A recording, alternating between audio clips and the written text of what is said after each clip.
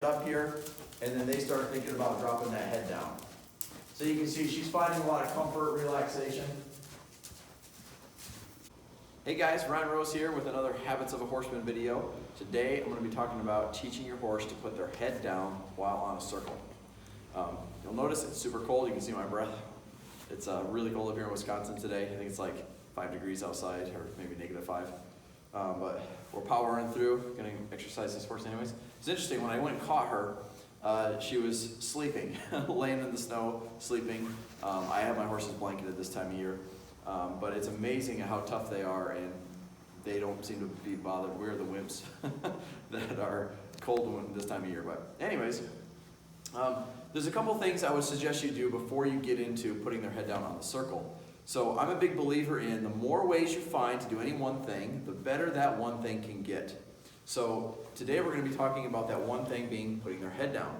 So if I teach her to put her head down really well here at a standstill, from maybe multiple ways, like the better if they can't stand there calmly with their head down here, you're going to have a much harder time out there on the circle. And I want to give her multiple ways that I'm asking her to do that. So she's familiar with the answer to whatever question I ask is lower her head down, right? So she needs to be really comfortable with that as the answer. So if she's thinking about that and that's on her brain, when I put her out on the circle, it's going to be much easier to get her to choose that as an answer. So let's go ahead and get started with asking her to do it on a circle. So along with putting their head down, I will say this too, before you can get them to put their head down, usually they have to be very willing to bend their ribs. And you can refer back to the 3 circle game video that I made about bending their ribs on the circle. That is one of the biggest things that helps them relax, getting them to breathe, and that's another video that we should make. But anyways, here we go. So I'm going to ask her to put her head down on the circle by getting her started on it. Then what I'm going to do, when her head is up, I'm going to lift up on this rope. And I want you to start this video, excuse me. I want you to start this game really close range with your horse. So when you're starting off putting their head on the circle, I want you to start close range. I want you to lift your hand up. And when you see them thinking about wanting to lower their head down, like right there, I'm going to lower my hand down. And if I got it right, they'll start to lower their head after you let them go. So they don't necessarily drop their head while your hand is in the air, but you can kind of just make it uncomfortable for them to have their head up so that it feels like relief when they put their head down on the circle. And what that leads to is being able to just offer it to them at a distance where you just lift your hand up here and then they start thinking about dropping that head down. So you can see she's finding a lot of comfort, relaxation. Very good.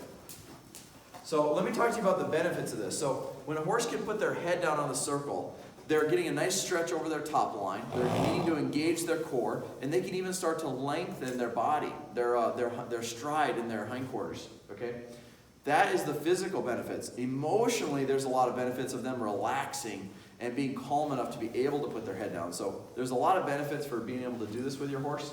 So it's an exercise that I highly recommend you give it a try. I use it a lot of times as a bit of a warm-up. Just ask them to get into a nice learning frame of mind. Just get them thinking about relaxing and just kind of chilling out. Now, what you can't tell by looking at this horse is she's actually a pretty bronky, snorty, spooky kind of a horse. But I've put a lot of work into helping her get more emotionally fit and more calm.